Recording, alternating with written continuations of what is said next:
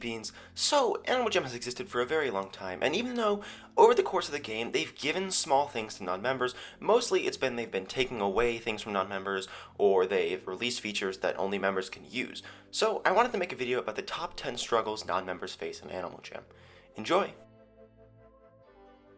So, a huge part of Animal Jam is creativity, and usually creativity stems from a backdrop or some kind of background or base idea. And one big problem that non-members face is that they only get one den, the small house and I guess the sunken ship, but no one goes underwater.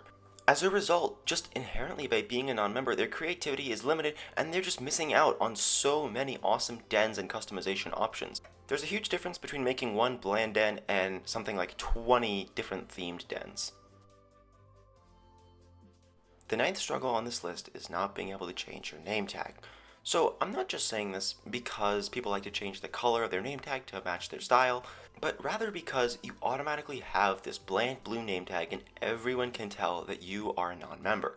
A lot of the times when people see non-members, they just assume that you're a noob or you're new to the game or you don't really know what you're doing, and so just without even meeting you, people already have assumptions about who you are and what your experience with the game is. While you enjoy my amazing speed paint in the background, I want to tell you guys that the 8th thing on this list is not being able to make masterpieces.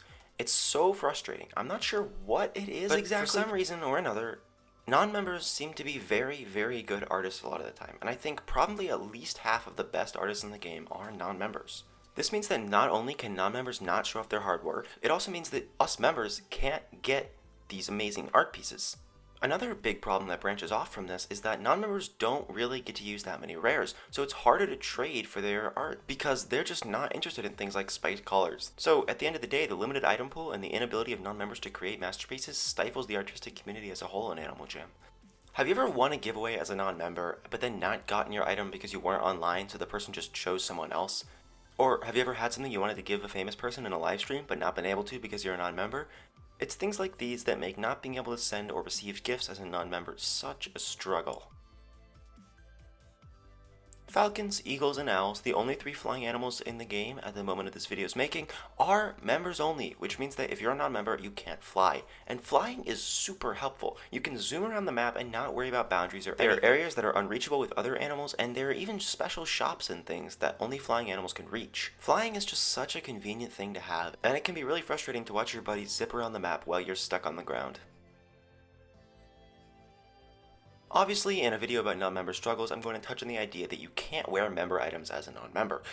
Well, this isn't just a style problem. A huge percentage of the community plays the game just to collect rare items, and, well, almost all these rare items are members only, and so when you can't wear your hard work, it can be painful, and it's also harder to get people to click on your trade list because you're not showing off all your items, so people don't assume that you're rare. In the same fashion, it can be hard to invest in items, If an item is going to leave stores, you can't buy a ton of it and just wait for it to amass value. This is because you're a non-member and you can't stock up on that item that you know is going to be so rare in a few years because it's members only. And of course, you have to sit and watch as your buddies get to show off all their super rare items in those terrible looks. And even though you might have all the same items, well, unless someone clicks on your trade list, there's no way to prove people that you do. As I mentioned earlier, it's hard enough to decorate just the small house den. The good news is it's pretty bland and there's no theme, so you can kind of customize it however you want. However, Animal Jam doesn't let you use music, so if you want to make like a creepy den, well, you're still stuck with the default Animal Jam music. You want to make a nature den, you're still stuck with the default Animal Jam music. You want to make a super tech, futuristic den? Yep. Den themes are super popular, and it can be really hard to theme your den when you just don't get any items out of the theme. Every time Animal Jam releases new themed items, usually only 1 or 2 are available to non-members, if any are at all. These 2 features combined make it really hard to show off your creativity in Animal Jam as a non-member. Whether you're farming for rares or just having fun with buddies, the adventures are one of the most fun and lucrative features in Animal Jam. However, none of the cool and climactic ones are open to non-members. The only ones you can do are the ones that introduce you to the storyline and leave you with just a ton of questions and cliffhangers. This is not to mention that the entire new system of 2D adventures is completely blocked off from non-members. Honestly, you can't even get into the title room. The number 2 struggle faced by non-members is the inability to take advantage of any of the new updates. I mean, honestly, every time Animal Jam releases new content, it's all for members, unless it's something that's specifically being released for non-members after like years of being out. Whether it's a new animal, a new pet, a new game, a new adventure, any of that, it seems like non-members just never get a share in the new action. And the biggest struggle faced by non-members is not being able to use the jammer wall.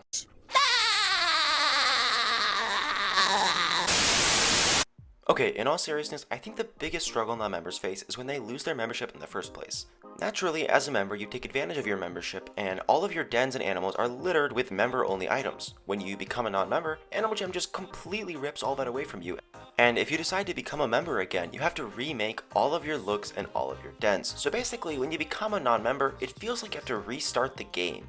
So I think, hands down, this is the biggest struggle that you face in becoming a non-member. Anyways, Beans, thank you for watching, and I just want to remind you that all the non-member Beans have different experiences. This means that this list may not be the same as if you were to make a non-member struggles list. For example, maybe your favorite thing is making masterpieces, so not being able to create masterpieces would be the #1 thing on this list for you.